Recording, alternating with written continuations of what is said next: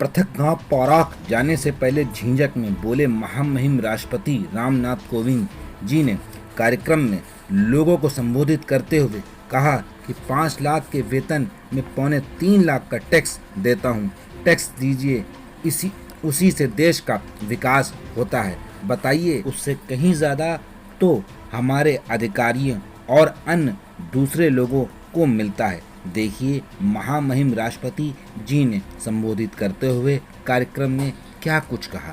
कानपुर से अचिन अरोड़ा की रिपोर्ट। सरकार किसकी है? अरे जिसने टैक्स दिया है, जो टैक्स देता है। आज यदि मैं कहने को सब जानते हैं, इसलिए कहना उसमें कोई बुराई नहीं है। यदि राष्ट्रपति देश का हाईएस्ट पेड एम्प्लॉई है तो वो टैक्स भी तो देता है। हम टैक्स भी देते हैं 2.25 लाख रुपया महीना। लेकिन वो कोई कहेगा कि आपको, लेकिन जो मिलता है उसकी सब चर्चा करते हैं कि आपको तो 5 लाख मिलता है, कि उसमें से हर महीने 2.25 लाख निकल जाता है। बचा कितना?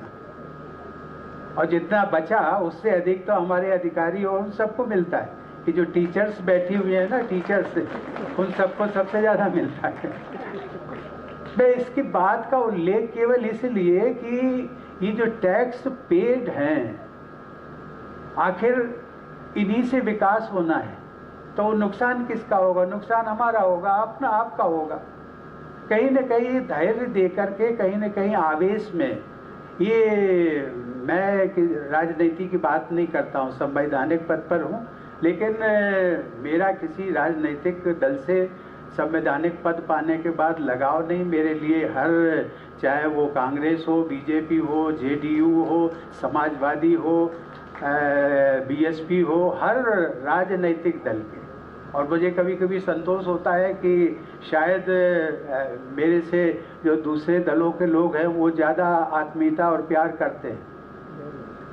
मैं इस बात का केवल उल्लेख इसलिए किया कि राजनीतिक दल आते हैं, विकास की बात करते हैं, सब कुछ करते हैं अपने, उसमें उनका स्वार्थ भी होता है, देश क्षेत्र का भी स्वार्थ है, आपका भी स्वार्थ है, देश का भी स्वार्थ है।